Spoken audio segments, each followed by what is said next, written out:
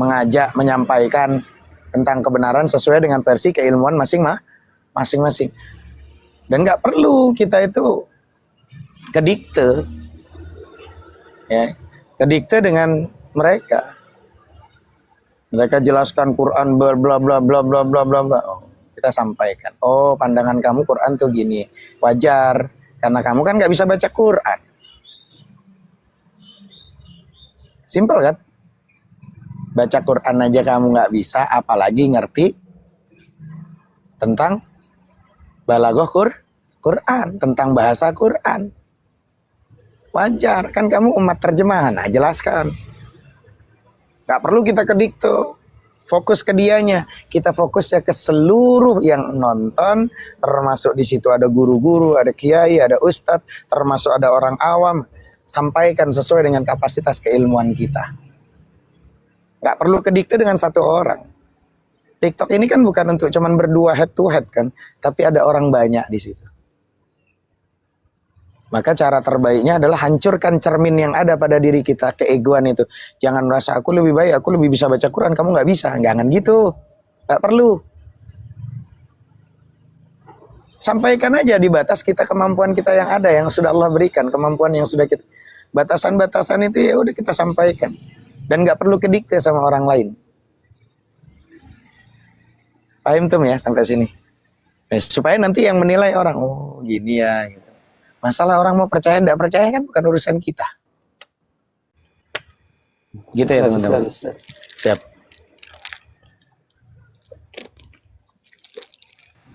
Dan gini ya Ustadz, cara berdakwah pun punya versi masing-masing Ustadz ya. Ya, dan nggak perlu menyalahkan, biarkan. Kan saya sudah bilang kemarin tuh, saya ulang-ulang kalimat ketika iblis itu menuntut keadilan dan manusia mengulanginya. Iblis dulu kan menuntut keadilan kan? Betul nggak? Itu kan saya sampaikan kemarin. Makanya ketika ada santri nanya, Ustaz Hanafi, kenapa ya iblis itu menolak sujud? Padahal kan dia tahu Tuhan itu benar. Iya toh? Tapi saya jawab, santriku, anakku, karena memang posisinya iblis itu ingin keadilan versi dirinya. Gitu loh. Sama seperti manusia sekarang, keadilan yang diciptakan oleh egonya. Ya. Lalu santri ini dengan wajah murung dia nunduk dan bilang, Ustaz Hanafi, kenapa manusia dan iblis selalu ingin mencari keadilan versi dirinya? Apakah salah jika seseorang tuh ingin dunia ini adil menurut pandangannya? Ya saya tersenyum baik dengan bijak, pelan-pelan kita nasihati anakku, santriku. Ingat ya, pertanyaan itu indah sekali, benar, nggak salah, indah, tapi sangat berbahaya, sangat halus itu di dalamnya. Karena di balik keinginan, ingin adil, kadang tersembunyi hasrat untuk menjadi Tuhan. Lalu sang santri itu berkata lagi, menjadi Tuhan, Ustaz. Iya. Tapi kami ini, para santri itu bilang, tapi kami Ustaz hanya ingin dunia itu yang baik, dunia yang baik, di mana orang jahat dihukum, ya orang baik itu diberi kebahagiaan, gitu kan? Ya begitulah manusia, sama dengan iblis, halus. Kau ingat kan, teman-teman ingat kan di awal kejatuhannya sang iblis itu apa? Ketika iblis itu posisinya tidak menolak apa? Iblis itu tidak menolak Tuhan karena benci, enggak. Dia menolak karena apa? Karena merasa benar. Karena merasa benar. Dia menuntut keadilan menurut pikirannya sendiri itu iblis. Ya. Ana khairum minhu. Aku diciptakan dari api, dia dari tanah. Kan gitu. Makanya keadilan seharusnya menempatkanku di atasnya, kata iblis. Karena aku dari api, kan gitu. Nah dia tuh ingin Tuhan itu menilai dengan logika dirinya. Iblis itu inginnya kayak gitu, menilai dengan logika dirinya. Dan itulah awal dari kejatuhannya iblis. Sampai sini paham ya? Nah ketika makhluk menuntut sang pencipta agar tunduk pada ukuran ciptaan, lalu santri itu berpikir, oh jadi manusia begitu ya Ustaz. Bahkan saya bilang lebih halus dari itu. Tapi sama. Lebih halus tapi sama. Manusia ingin Tuhan menyesuaikan hidupnya dengan rencana dirinya. Saat rezekinya tertahan dia berkata, Tuhan tidak adil. Tapi pada saat dia itu berdoa, terus doanya itu nggak dikabulkan, dia berkata, kenapa Tuhan diam? Nah, jawab terkadang teman-teman, padahal diamnya Allah, diamnya Tuhan itu juga jawaban. Jawaban yang tak dimengerti oleh hati yang masih berisik. Hatinya masih berisik, pikirannya masih ribut, masih ruwet, masih mumet. Lalu sang santri bilang, tapi Ustaz, masalahnya kan bukankah wajar manusia ingin hidup bahagia? Apakah itu dosa? Saya bilang, enggak dosa, itu fitrah. Tapi masalahnya bukan pada keinginan bahagia, bukan masalahnya keinginan bahagia, tapi pada cara manusia menafsirkan keadilannya Allah. Gitu loh. Manusia menilai keadilan dari peristiwa, sedangkan Tuhan tuh menilai keadilannya itu dari tujuan. Manusia melihat potongan, tapi kalau Tuhan itu melihat dari keseluruhan anyaman. Pernah ngelihat kisahnya Nabi Khidir dan Nabi Musa? Tapi itu nanti jadi kitab fikih yang luar biasa itu. Ya, wajar ngeyel Nabi Musa. Ya, karena nanti dilihat dari zahirnya, fikih itu di situ nanti. Teman-teman, apa yang tampak sebagai keadilan atau kesedihan di hari ini terkadang, kalau seumpama yang tampak sebagai kesedihan hari ini itu terkadang bisa jadi adalah jalan menuju penyucian esok harinya. Ya, apa yang tampak sebagai keberuntungan terkadang bisa jadi malah sebaliknya, itu adalah jebakan lembut bagi hati yang lupa. Bisa jadi nanti istidrot. Terus dia bilang lagi santri, oh berarti keadilan Tuhan tuh nggak bisa diukur oleh logika manusia. Saya bilang, bukan tidak bisa santriku, bukan tidak bisa. Jangan, kalimatnya bukan tidak bisa, tapi belum bisa. Nah, kalimatnya belum bisa, bukan tidak bisa. Belum bisa. Makanya disitulah selama manusia masih menyembah pikirannya sendiri. Bukan nggak bisa, tapi belum bisa selama manusia masih menyembah pikirannya sendiri. Maka lihatlah iblis, dia bukan makhluk oon, bukan makhluk beleng-beleng, bukan makhluk dongo gitu kan. Ya, bukan, bahkan dia paling cerdas di antara para malaikat tuh, Azazil tuh. Tapi kecerdasan membuatnya buta akan hikmah. Dia ingin menilai Tuhan dengan logika ilmu, bukan dengan sujud cinta kepada Allah. Nah, begitu pula manusia zaman ini bang, kasih dengan sebab dan akibat. Ya. Menyalahkan takdir karena tak sesuai dengan rencana. Padahal siapa yang memberi mereka rencana itu kalau bukan Tuhan? Nah, dia punya rencana aja, kalau bukan Tuhan siapa? Lalu menunduklah sang santri itu dan dia, bagaimana seharusnya kami mencari keadilan, wahai Ustaz? Saya bilang, dengan menanggalkan akumu.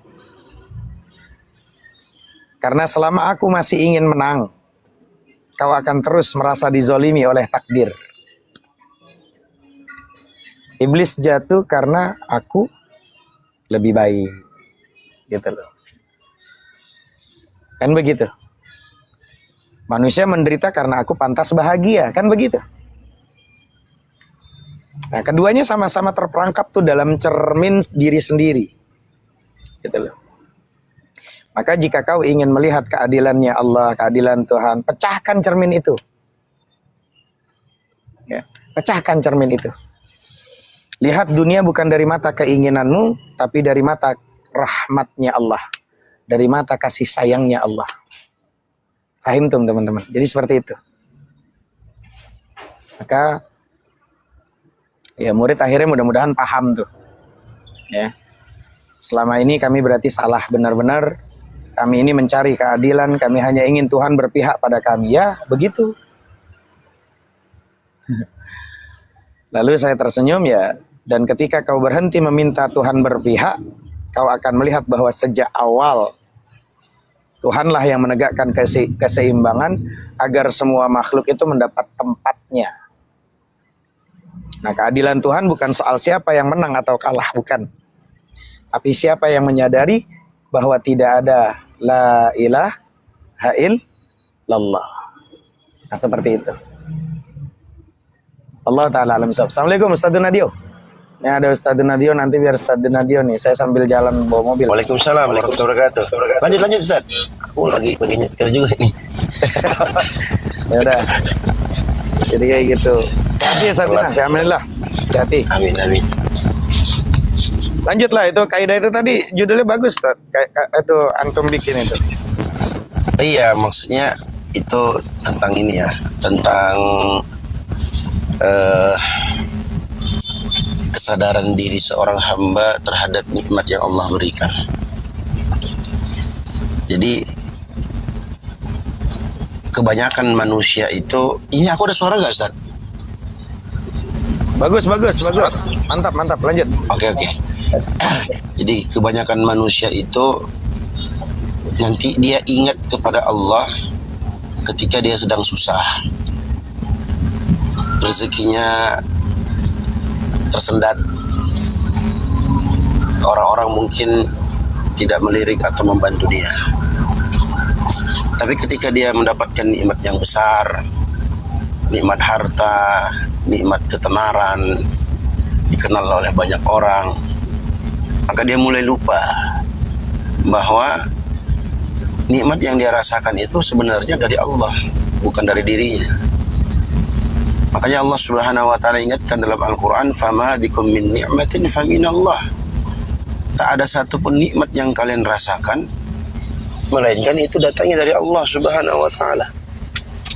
Artinya kita ini nggak ada apa-apanya, teman-teman. Ya, terkadang kita lupa itu. Sehingga menisbatkan harta yang kita miliki, kemuliaan atau ketenaran yang mungkin Allah berikan kepada kita, sementara kita lupa bahwa itu yang memberikannya adalah Allah Subhanahu wa taala. Nah, apa ciri-cirinya, teman-teman? Apa ciri-ciri seorang yang telah diberikan nikmat harta, seorang yang telah diberikan nikmat pangkat dan jabatan, kemuliaan dan seterusnya, sehingga kita bisa tahu, oh ini orang masuk dalam perkara ini. Apa ciri-cirinya? Ciri-cirinya ketika dia sudah mulai merendahkan dan meremehkan manusia. Nah, itu ciri-cirinya. Ketika dia merendahkan, meremehkan saudaranya muslim yang lain, umpamanya. Padahal nikmat yang dia dapatkan itu datang dari Allah. Dia tidak punya hak untuk meremehkan orang. Karena Allah Subhanahu wa taala sangat benci perbuatan meremehkan atau menyombongkan diri di hadapan hamba-hamba Allah Subhanahu wa taala. Merasa dia punya harta. Yang lainnya gembel semua. Merasa dia punya kehormatan. Oh, yang lainnya dianggap kecoa semua. Dianggap binatang semua. Nah, ini ciri-cirinya. Hati-hati. Makanya dulu ketika Allah Subhanahu wa taala menguji Qarun. Kalian tahu kan Qarun? Itu disebutkan dalam Al-Qur'an, panjang lebar dalam surah Al-Qasas disebutkan. Waktu itu Qarun diuji oleh Allah Subhanahu wa taala dengan nikmat yang sangat besar, berupa harta yang sangat banyak. Sebelumnya dia ini, teman-teman, Qarun ini adalah seorang hamba yang miskin sebelumnya. Dan dia termasuk dari kaumnya Nabi Musa alaihissalam. Inna Qaruna kana min qaumi Musa fabagha alaihim. Sesungguhnya Qarun itu termasuk dari kalangan kaumnya Nabi Musa. Kemudian dia bagha alaihim. Dia berbuat semena-mena, sombong terhadap mereka. Wa atainahu minal kunuzi ma inna mafatihahu latanu'u bil usbati ul quwwah. Idh qala lahu qaumuhu la tafrah Innallaha la yuhibbul farihin. Ketika kami memberikan kepadanya harta, perbendaharaan harta yang sangat banyak, yang kunci-kuncinya itu diangkat, dipikul oleh orang-orang yang kuat. Bayangkan teman-teman, ya, hartanya, tempat penyimpanan hartanya Qarun itu diangkat oleh orang-orang kuat di zaman itu. Bayangkan, itu anak kuncinya loh. Berarti hartanya sangat besar, sangat banyak, karena disimpan di satu pintu yang sangat besar, ya, tempat yang sangat besar berisi hartanya. Dan itu siapa yang kasih? Allah yang kasih. Wa atainahu, kami memberikan kepadanya minal kunuz, bagian dari harta, perbendaharaan harta yang sangat banyak. Nah, ketika itu kaumnya bilang begini, la tafrah, kamu jangan senang dulu, ya, bangga, sombong. Kenapa? Innallaha la yuhibbul farihin, karena sesungguhnya Allah itu tidak suka terhadap orang-orang yang sombong, orang-orang yang bangga dengan apa yang dia miliki. Artinya kesombongan, kebanggaan di sini karena dia melupakan Allah. Nanti akan ada di ayat berikutnya. Wabtaghi fima ataakallahu daral akhirah. Hendaknya engkau mencari apa yang telah Allah Subhanahu wa taala berikan untukmu dari kehidupan dunia, dari kehidupan akhirat. Wala tansa nasibaka minad dunya, dan jangan kau lupa bagianmu dari kehidupan dunia. Artinya kita fokus utamanya adalah akhirat, teman-teman. Tapi jangan lupa untuk mencari dunia.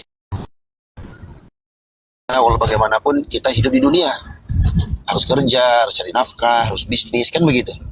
Tapi awalnya atau niat utamanya adalah akhirat. Nah, ini yang aku ajak teman-teman, kawan-kawan di API Jabodetabek. Tujuan kita, niat kita adalah karena Allah. Kita support dakwah, kita berkolaborasi, mengambil bagian dalam dakwah, kita berkontribusi, walaupun dengan tap-tap layar, gak apa-apa. Kawan-kawan kita ada yang punya pemikiran yang brilian, mereka boleh bisa memikirkan hal-hal yang kira-kira bermanfaat untuk dakwah ini. Apa yang bisa kita berikan untuk Islam dan kaum muslimin, teman-teman? Ketika kita menggalang donasi umpamanya, harta yang mereka titipkan kepada kita, apa yang bisa kita lakukan untuk kebaikan Islam dan kaum muslimin? Ini kita ajak saudara-saudara kita, ayo kita berkolaborasi, kita berpartisipasi dalam hal itu. Karena walau bagaimanapun agama Islam ini pasti akan menang. Tinggal bagaimana kita mau ikut berpartisipasi atau tidak. Walaupun hanya dengan tap-tap layar, teman-teman. Nah, wa ahsin kama ahsanallahu ilaik. Berbuat baiklah kamu sebagaimana Allah telah berbuat baik kepadamu. Wala tabghil fasada fil ardi. Jangan kau inginkan kerusakan di muka bumi itu. Artinya jangan kau lakukan kerusakan. Jangan kau melakukan perbuatan dosa dan maksiat. Innallaha la yuhibbul mufsidin. Sesungguhnya Allah tidak menyukai orang-orang yang melakukan kerusakan. Coba lihat. Di sini poinnya, teman-teman. Ketika dia dinasihati, diingatkan, jangan kau sombong, jangan kau merasa tinggi dari yang lain, ya. Mentang-mentang kau punya harta kau atur-atur orang, ya. Apalah ini ustadz ini, nggak usahlah pakai dia. Dia itu begini begono. Ini hati-hati, teman-teman. Hati-hati. Padahal yang disampaikan sang ustadz itu adalah kebenaran. Contoh, Ustadz Fulan, dia sampaikan tentang fikih, wajibnya seorang istri untuk mentaati suami umpamanya. Nah, karena ini si oknum ini mungkin dia istri durhaka, mungkin dia adalah istri yang suka ngatur-ngatur suaminya, dia nggak terima. Dia serang si ustadznya. Ini ustadz ini begini, dia ini bukan ustadz, dia itu dulu begini, dia begitu, dia begini. Disebutkan semua aib-aibnya. Supaya apa? Supaya orang-orang menjauhi ustadz itu. Hati-hati, teman-teman. Ini dosanya nih ngeri kali. Ngeri. Kenapa? Karena seorang ustadz yang menyampaikan ilmu itu disebutkan masuk dalam kategori penuntut ilmu. Bagian dari alim ulama. Alim ulama itu dagingnya beracun, teman-teman. Gibah itu kan sama seperti kita makan daging saudara kita. Nah, kalau kita makan daging itu beracun, hati-hati, bisa mati kita, bisa binasa kita. Yang dia jelekkan Ustadz Fulan itu begini begono, begini begono. Hanya gara-gara apa? Hanya gara-gara materi sang Ustadz itu ya tidak cocok dengan hawa nafsunya. Lanjut ya, tadi kisah Qarun tadi.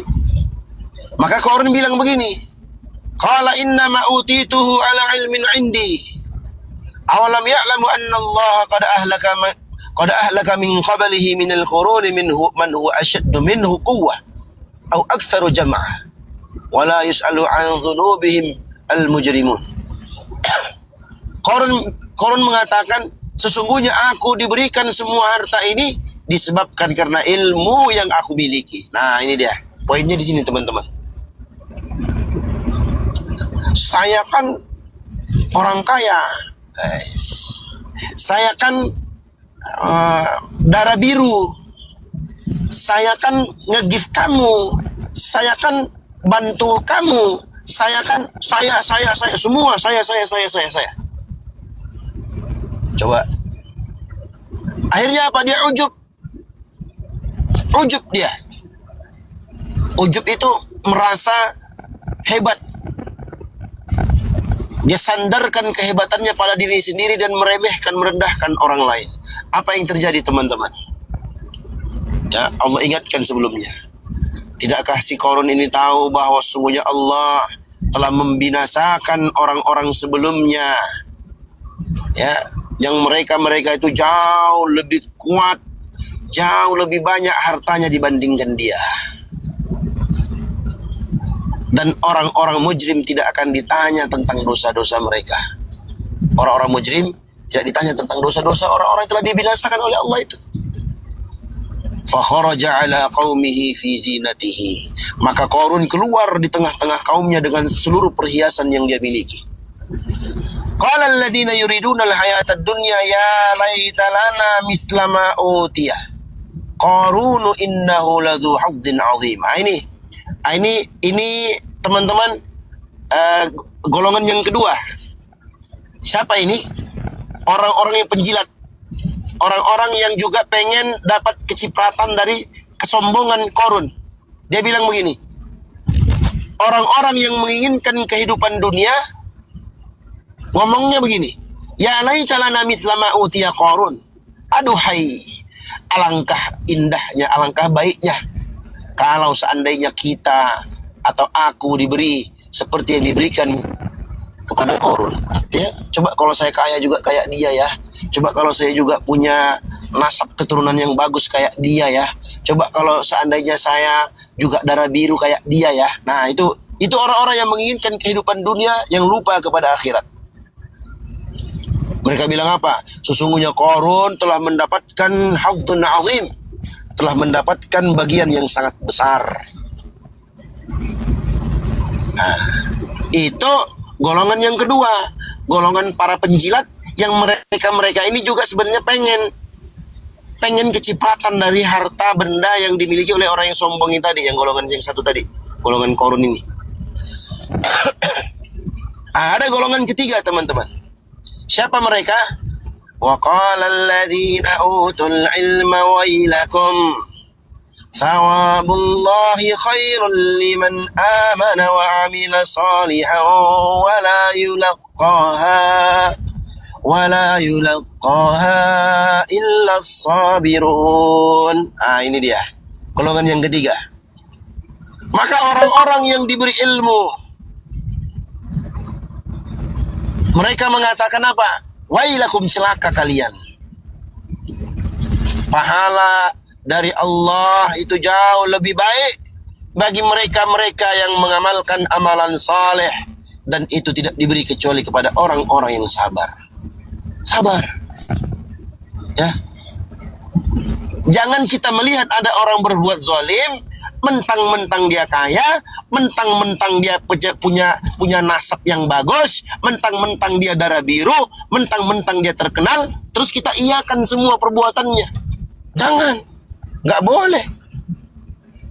Dalam Islam itu nggak boleh kayak begitu. Makanya Nabi Shallallahu Alaihi Wasallam pernah ingatkan, unsur akhaka zaliman aw mazluma. Tolong saudaramu dalam keadaan dia berbuat zalim atau dia dizolimi.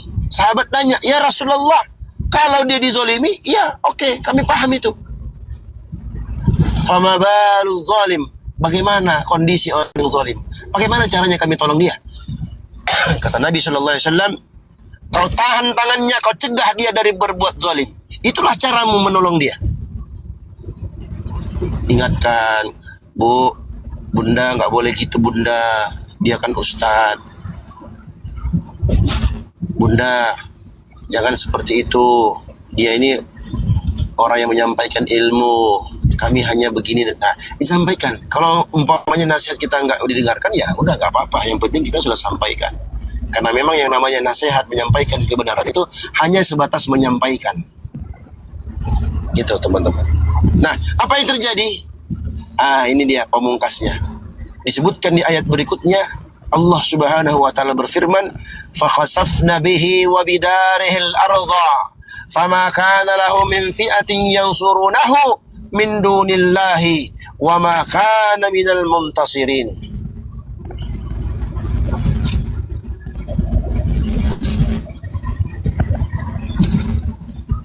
Maka kami tenggelamkan dia, yakni Qarun, beserta hartanya, rumah yang berisi hartanya itu seluruhnya kami tenggelamkan di bumi. Maka tak ada satupun kelompok yang mampu menolong Qarun selain Allah Subhanahu wa taala.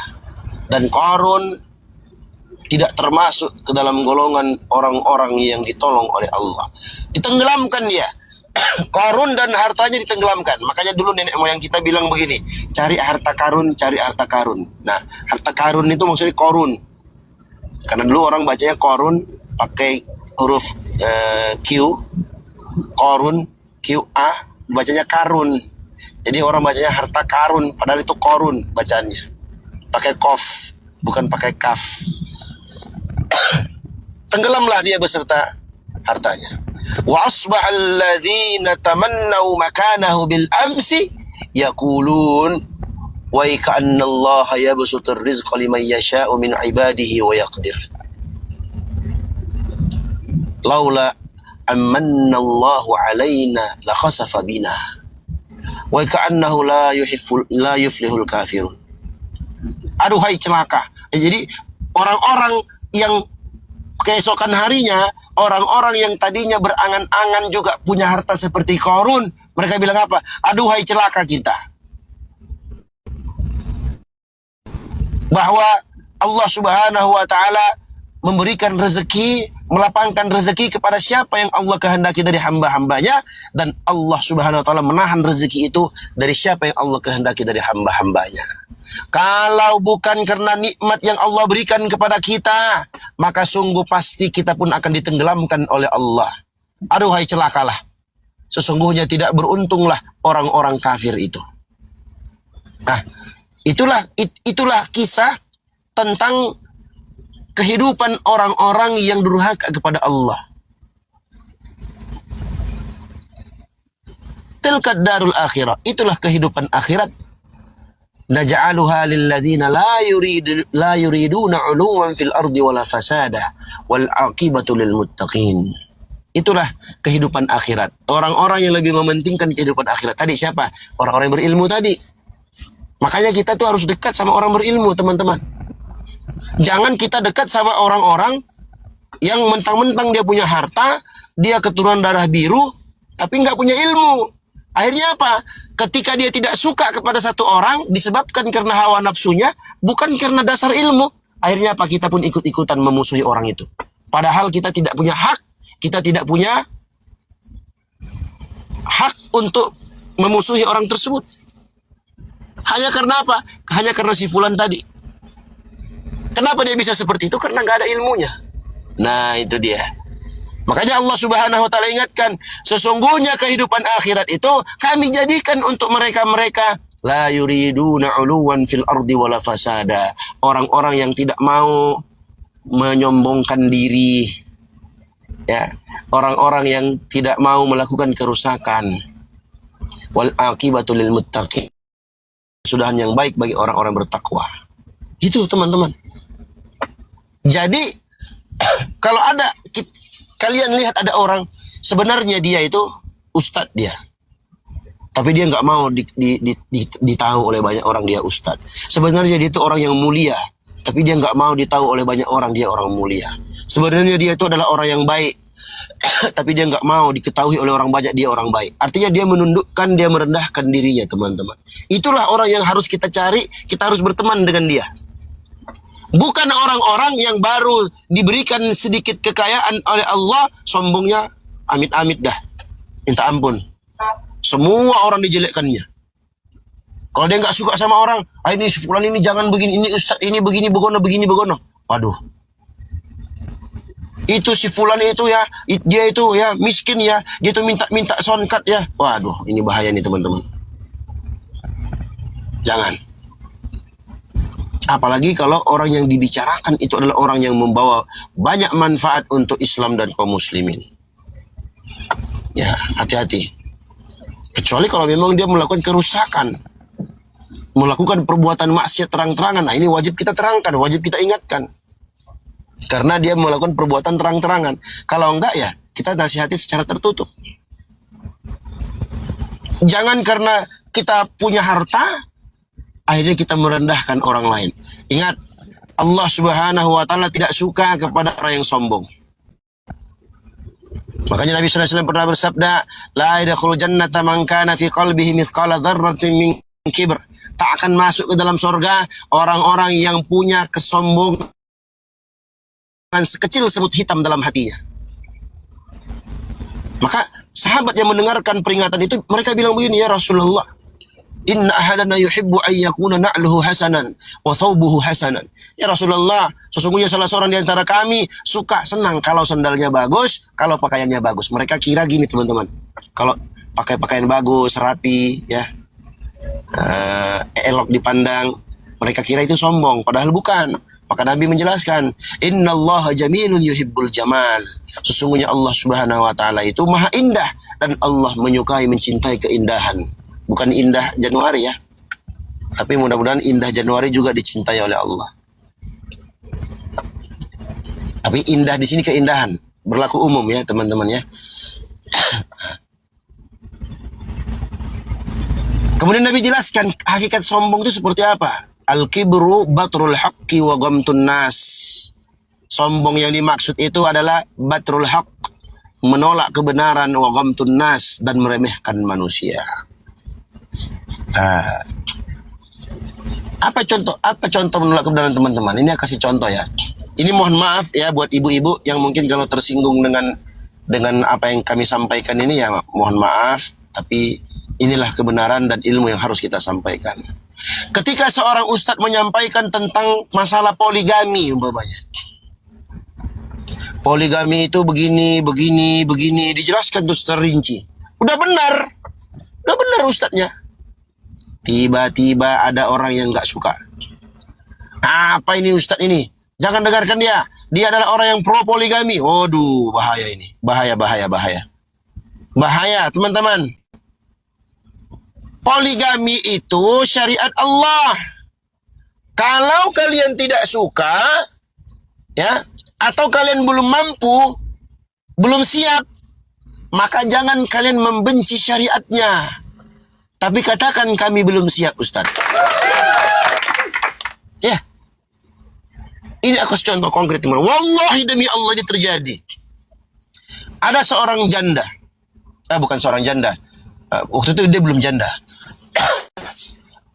Kalau pembahasan poligami, paling anti dia. Kenapa? Karena dia adalah seorang istri dari suami yang kaya, punya rumah mewah, punya mobil mewah, punya pekerjaan yang bagus. Dia tinggal ongkang kaki menjadi ibu rumah tangga yang baik bagi suami dan anak-anaknya. Mantap. Saya Ustaz kalau poligami, coba-cobalah tuh abiknya tuh poligami. Saya ini begini. Dengan sombongnya dia. Bayangkan. Artinya apa? Dia menolak itu, syariat itu. Padahal syariat poligami itu teman-teman tidak segampang itu. Syariat poligami itu tidak sebobrok itu. Itu solusi. syariat membolehkan itu. Jangan ketika kita berada di satu posisi yang kita mungkin tidak membutuhkan itu, kemudian kita jelek-jelekkan syariat itu. Gak akan mungkin saya mau poligami begini, pokoknya dia alergi lah intinya. 3 tahun berikutnya teman-teman, wallahi demi Allah, 3 tahun berikutnya, qaddarallah, Allah subhanahu wa ta'ala takdirkan suaminya meninggal dunia. Allah takdirkan suami meninggal dunia. Dia punya anak 4. Anak 4. Ya. 3 apa 4 ya, lupa aku, 3 apa 4. Pokoknya antara itulah. Harta dibagi-bagikan. Karena harta bukan milik dia, harta milik suami. Berarti kan harus dibagikan sesuai dengan syariat Islam. Ya, pasti ada pembagian-pembagiannya. Anak dapat berapa, istri dapat berapa, kalau ada bapak segala macam dibagi-bagikan. Habis. Rumah, mobil semua habis. Pekerjaan tentu, karena suaminya yang bekerja. Kalau suaminya meninggal ya hilang pekerjaannya. Nggak mungkin diganti oleh istrinya, kan begitu. Karena itu keahlian. Apa yang terjadi teman-teman? Dia datang kepada kami, dia bilang begini, Ustadz, kalau ada Ustadz yang siap poligami, atau kalau ada orang yang mampu untuk poligami, saya siap Ustadz jadi yang kedua atau yang ketiga, nggak apa-apa. Coba lihat. Coba.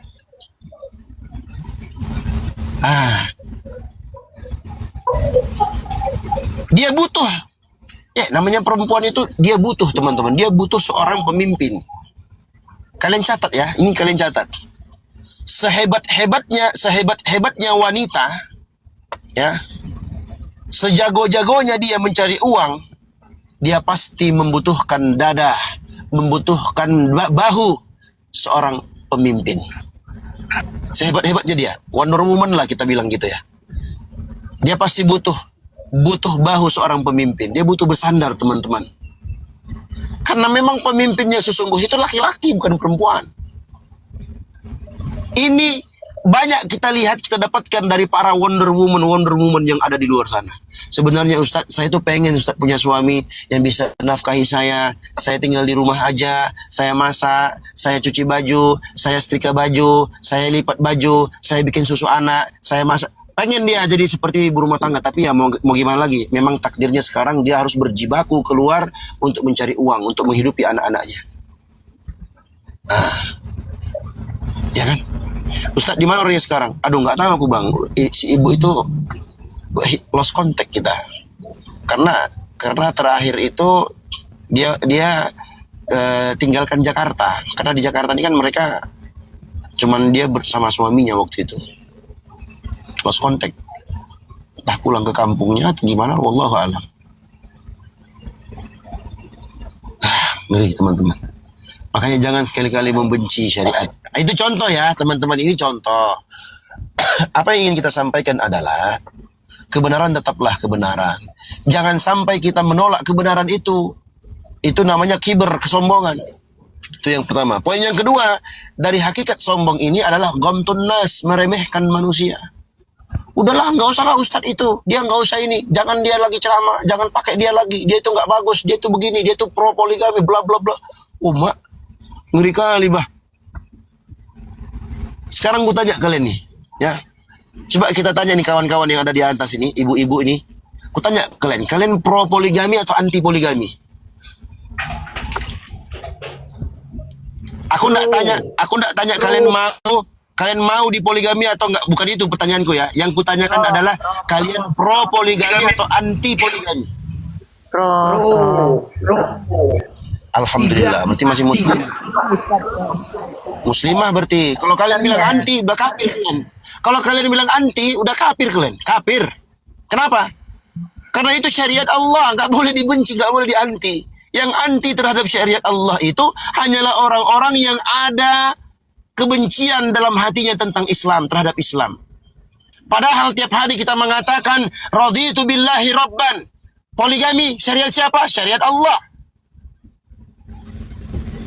Wa bil islami dinan, dan aku ridho Islam sebagai agamaku. Poligami syariat siapa? Syariat Islam. Wa bi Muhammadin sallallahu alaihi wasallam nabiyyan wa rasulah.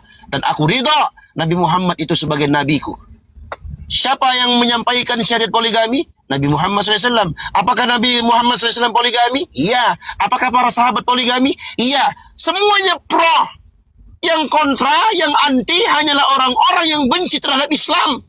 Walaupun dia mengatakan saya cucu Rasulullah, saya keturunan Rasulullah. Walaupun kalau dia adalah orang yang merupakan keturunan Rasulullah SAW, adalah orang yang bernasab mulia, harusnya dia pro terhadap poligami. Hanya saja Ustadz saya belum siap. Oke, enggak masalah. Tapi jangan kontra, jangan anti. Hati-hati. Allah Subhanahu wa taala tidak tidur. Allah Subhanahu wa taala Maha mengatur, mengurusi hamba-hambanya. Dia tahu, dia lihat. Ini mana nih orang-orang yang berbuat semena-mena, orang-orang yang merasa tinggi, merasa hebat. Allah larang. Gak boleh kita saling menzalimi. Inni haramtu zulma ala nafsi, kata Allah dalam hadits qudsi yang sahih. Sesungguhnya aku haramkan kezaliman bagi diriku. Artinya mustahil Allah berbuat zalim. Allah itu adil. Wa ja'altuhu bainakum muharraman fala tadzalamu. Maka aku jadikan kezaliman itu haram sesama kalian, maka jangan kalian saling menzalimi. Gak boleh kita zalimi orang, teman-teman. Apalagi yang dizalimi itu ustaz. Oh, bahaya itu. Hati-hati. Ya. Injin Hanya Ustaz, karena- suaranya kurang jelas, itu ada suara lain. Mohon maaf. Oh iya. Aku suaranya kurang jelas. Iya, Cek. suaranya. Ini masih. Ada udah jelas. Udah. Lanjut. Oh, berarti aku gerak-gerak. Kalau aku bergerak-gerak, berarti aku harus diam kayak patung gitu, kayak patung AI gitu kan. Ngomong nggak bisa gerak nih aku nih. Yalah. Enggak gitu Iya, kalau- lah, Bos. Enggak, kalau aku gerak nanti suaranya hilang lagi. Ya enggak apa-apa. Oh iya. Gitu ya Lanjut, teman-teman. Ustaz, Tapi, lanjut, Ustaz. tapi aku jelas yang aku sampaikan tadi kedengaran ya tadi ya. Kedengeran jelas Pak Ustaz. Dan ini aku rekam juga Pak Ustaz untuk bahan pelajaran. Masya Allah, keren, mantap. Nah itulah ini teman-teman, aku sampaikan ini bukan karena memusuhi atau bukan karena membenci, tapi karena sayang, karena prihatin ya. Jangan sampai fenomena-fenomena yang seperti ini, para wanita-wanita yang merasa dirinya sudah Wonder Woman, yang merasa dia punya banyak uang, yang merasa mandiri, yang merasa karir, kemudian terlontar dari mulutnya ucapan-ucapan yang tidak pantas dia ucapkan, anti terhadap poligami atau tidak senang terhadap poligami atau yang semisal dengannya. Kita jangan seperti Oten, teman-teman. Jangan, ya. Menarik di Ustaz. Iya dong, aku kan tukang tarik. Iya. Jangan ya, teman-teman ya. Kalau memang belum siap, ya bilang aja belum siap. Istriku pun sering aku ingatkan. Ya, kalau kamu belum siap di poligami, kamu jangan membenci syariat poligami. Iya bang, aku nggak benci kok. Kalau abang mau poligami nggak apa-apa, tapi ya harus adil. Tahu, jadi harus belajar fikihnya juga. Syarat-syaratnya apa? Kemudian apa kewajiban seorang yang berpoligami? Ya. Lihat bagaimana kehidupan Nabi dan para sahabatnya. Lihat bagaimana orang-orang yang mereka itu hidup bahagia dengan kehidupannya. Sebenarnya begini teman-teman, mau poligami nggak poligami, ya, yang namanya bahagia atau sengsara itu telah ditentukan oleh Allah. Jangan sampai ada di mindset kepala kita kalau poligami pasti sengsara. Jangan teman-teman.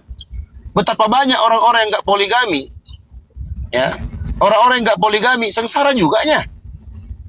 Suaminya selingkuh, tukang mabok. Istrinya tukang selingkuh, suami kerja, dia live streaming telanjang. Ada nggak begitu? Ada banyak. Makanya penting, makanya sudah saya gariskan dari awal tadi, kita sudah sebutkan. Pentingnya ilmu itu, penting dekat dengan orang-orang berilmu itu penting. Kalian hadir setiap ini. Contohnya nih ya, Ustadz Ahmad Hanafi ini ya. Ini yang host, yang pegang host. Setiap jam 7.30 aku catat, aku lihat itu. Jam 7.30 itu paling telat. Beliau live, beliau share di grup. Masya Allah.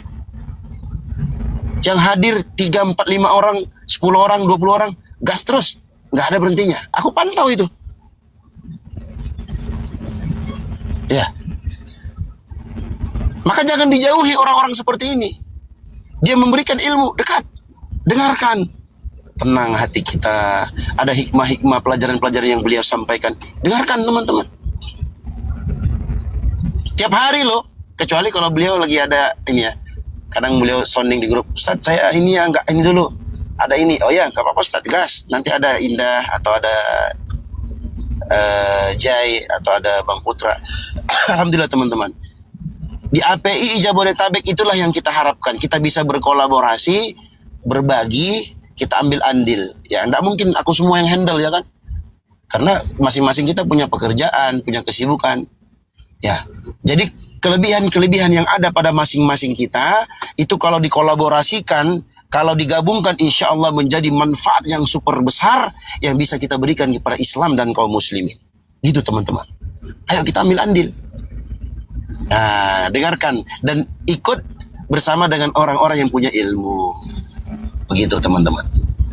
Ya, kalau ada yang menggembosi, nah jangan kalian itu dengan ini fulan-fulan, ada apa-apalah. Masuk kanan keluar kiri aja nggak apa-apa. Ya. Ya kan? Yang agak sedikit kuat mentalnya, masuk komal diskusi, dengarkan. Di situ kita bisa tahu cara membentengi, cara menjawab segala macam.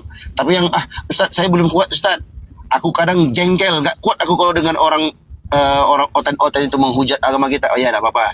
Komal-komal dakwah kayak gini ya, dengarkan ilmu, lembutkan hati, ya apa-apa. Sambil kerja, sambil masak mungkin, sambil setrika baju, itu lebih bagus. Daripada kalian masuk ke komal gibah, kalian masuk ke grup-grup gibah yang isinya menggibahi orang, isinya menjelek-jelekkan orang, isinya menggombosi orang, isinya mengajak orang untuk membenci, memusuhi orang. Itu bahaya teman-teman.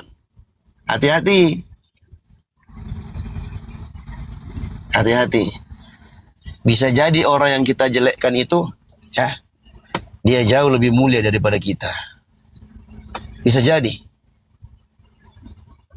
Bisa jadi orang yang kita jelekkan, ya, yang kita jelek-jelekkan itu, si Fulan itu, dia itu begini begono. Bisa jadi dia lebih baik dari kamu. Bisa jadi amalannya lebih banyak daripada kamu. Bisa jadi Allah lebih cinta dia daripada kamu. Allah Subhanahu wa ta'ala ingatkan itu dalam Al-Quran. Ya ayyuhalladzina amanu, wahai orang-orang yang beriman, la yaskhar qaumun min qaumin, janganlah satu kaum menjelekkan, merendahkan satu kaum yang lainnya. Asa ayyakunu khairan minhum, bisa jadi orang yang dijelekkan itu, kaum yang dijelekkan itu jauh lebih baik daripada mereka yang menjelek-jelekkan tadi. Wala nisa'un min nisa'in, jangan pula sebagian wanita menjelek-jelekkan, merendahkan wanita yang lain. Asa ayyakunna khairan minhunna, bisa jadi wanita yang dijelekkan itu justru jauh lebih baik daripada wanita yang menjelekkan. Wala talmizu anfusakum wala tanabazu bil alqab, jangan kalian saling merendahkan diri-diri kalian. Ini jangan kalian menghina, merendahkan sesama kaum muslimin. Jangan. Dan jangan kalian lempar mereka dengan alqab, lakop-lakop, julukan-julukan yang tidak bagus. Bi'sal ismul fusuku ba'dal iman. Sebaik-baik nama kefasikan, itulah sebaik-baik nama, seburuk-buruk nama setelah keimanan. Seburuk-buruk nama kefasikan setelah keimanan. Jangan, enggak boleh. Wa man lam yatub fa ulaika humudz zalimun. Siapa yang tidak taubat, belum taubat dari perbuatan itu, maka mereka itulah orang-orang yang zalim. Hati-hati teman-teman. Ya, jadi kalau ada di grup kalian sudah ada mulai orang yang suka menggibah sana, gibah sini, mending kalian keluarlah dari situ. Keluarlah kalian. Ya, atau di komal-komal itu sudah ada yang menggibah sana, gibah sini, keluarlah kalian. Kecuali kalau memang di komal itu disebutkan tentang bahaya fulan, dia telah melakukan banyak kerusakan, dia sudah menghamili banyak wanita, dia sudah makan banyak harta perempuan, ya dengan modus mau dinikahin, ternyata pinjam uang, DP mobil, DP rumah, ternyata dia bohong, ternyata dia ngancam-ngancam. Kalau yang kayak gini boleh disebarkan. Boleh untuk diingatkan sebagai warning, peringatan, amar ma'ruf nahi mungkar, supaya kaum muslimin, khususnya wanita-wanita muslimah kita yang masih lemah keimanannya, masih lemah hatinya, bisa terselamatkan. Begitu teman-teman. Jadi kita saling mengingatkan. Kalian kumpul di sini, cek, API Jabodetabek sudah live belum ya? Oh belum. Oh sudah ada nih. API Jabo dakwah. Oh masuk. Oh belum ada, nanti kita tunggu lagi. Dicek terus. Kalian stay di sini, kalian dapatkan ilmu yang bermanfaat insya Allah. Komal dakwah, ada Ustadz Hanafi, mungkin beliau lagi ada waktu kasih kita pencerahan. Alhamdulillah, dapat ilmu, ya kan? Tenang kita. Alhamdulillah. Kita bertanya, dikasih masukan-masukan, arahan-arahan. Alhamdulillah tenang. Nanti agak siang sedikit, agak sore dikit, ada Komal API Jabodetabek. Ini Komal diskusi. Kita dengar bagaimana para narasumber kita berdiskusi, bagaimana cara mereka mematahkan argumentasi lawan kita. Ini orang-orang yang Islamofobia, ya. Akan lihat, itu akan menambahkan keimanan. Oh, begini cara jawabnya. Oh, begini dalilnya. Dicatat. Itu akan menambahkan keimanan. Itu jauh lebih baik. Jauh lebih baik daripada kalian masuk ke Komal Edis. Jauh lebih baik daripada kalian masuk ke Komal bom-bom. Gak ada manfaatnya. Yang naik pun itu dipilih-pilih sama mereka.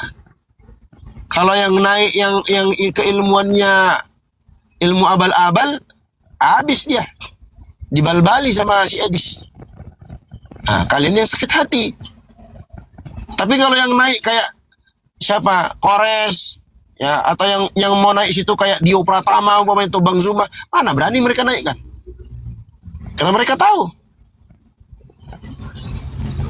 pasti akan dibubuk oleh para pejuang-pejuang Islam ini. Kalau begitu, jangan kalian masuk di komal mereka. Masuk dan ramaikan komal-komal Muslim, teman-teman. Komal-komal yang insya Allah bermanfaat untuk kita semua. Aku kira demikian dulu. Dilanjutkan oleh Ustadz Hanafi. Kalau Ustadz masih monitor, aku bentar lagi nyampe kantor, tapi santai sih. Ya mungkin ada kawan-kawan yang mau masukan atau. Terima kasih Pak Ustadz untuk ilmunya. Pak Ustadz Felix, Assalamualaikum. Waalaikumsalam warahmatullahi wabarakatuh. Waalaikumsalam warahmatullahi wabarakatuh. Subhanallah ya, pelajarannya dari Pak Ustadz kita, Pak Ustadz Dio, tentang poli-poli. Tapi jujur ini Pak Ustadz Dio, banyak ya selentingan dari luaran sana emang ya tentang poli-poli ya, identik banget dengan Pak Ustadz Hanafi kita ya, guru kita ini. Akan tetapi kalau menurut pandangan saya sebagai perempuan yang dulu emang nauzubillah min dzalik ya, jangan sampai kayak gitu lagi. Dalam pemikiran saya juga dulu emang seperti itu Ustadz Dio. Jadi kayak benci sekali, nggak suka lah dengan itu. Akan tetapi saya nggak membenci, nggak menunjukkan keluaran, tapi saya cari tahu dulu.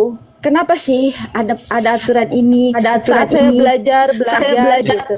Alhamdulillahnya saya memahami dan sekarang ya nongkrong tempat Pak Ustadz Hanafi terus ya, hari-hari mendengar dan dari situ saya pelajari bahwasanya kita perempuan juga perlu belajar dengan syariat itu, karena kita biar nggak dibodoh-bodohi sama lelaki gitu kan. Gak banyak sih lelaki yang emang pada dasarnya dia ada tujuan ke sana, tapi dia tidak ada ilmu dan tidak maksudnya tidak keilmuannya nggak ada, tapi dia poli-poli gitu kan. Jadi akhirnya kita dizolimi tapi dibungkus dengan kata, oh ya kita itu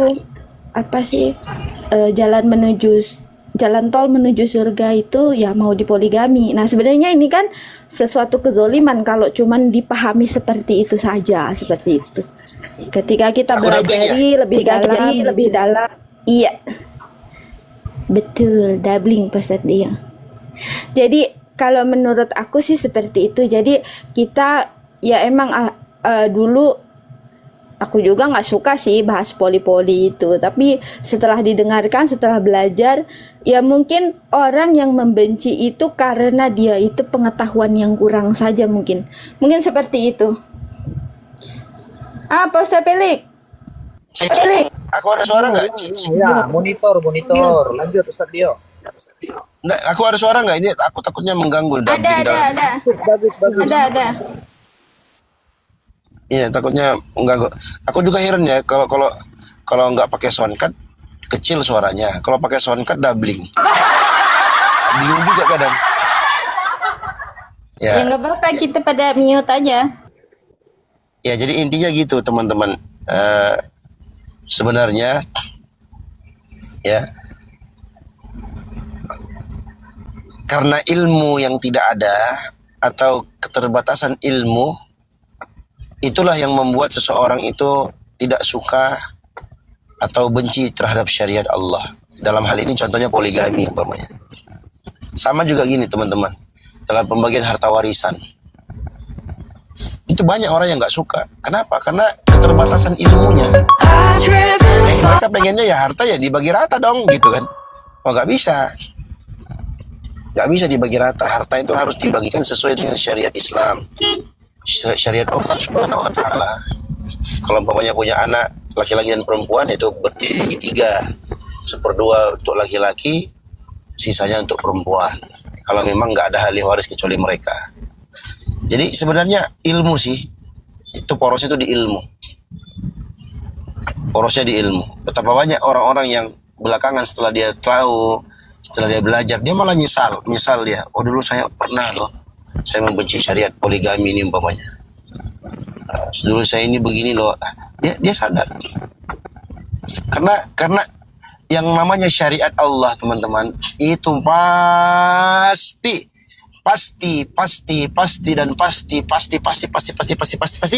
ada manfaatnya dan besar manfaatnya untuk umat manusia. Tidak mungkin Allah mensyariatkan poligami kalau nggak ada manfaatnya.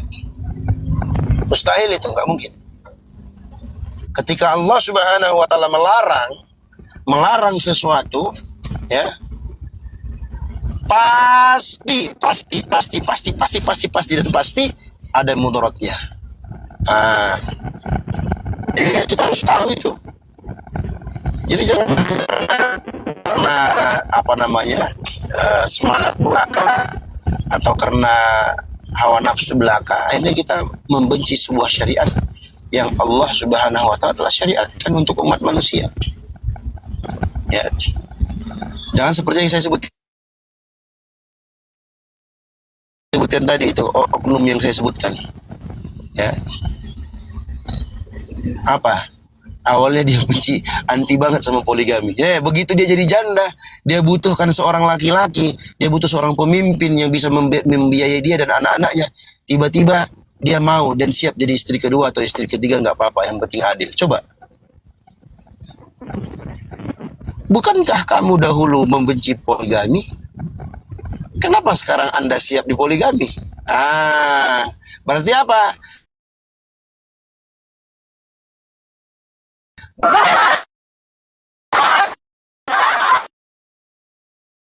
Putus-putus Ustadz suaranya. Putus-putus.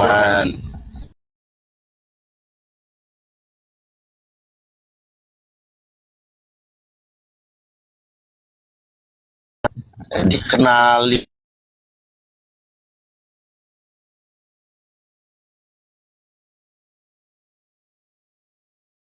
Allah, Putus-putus suaranya.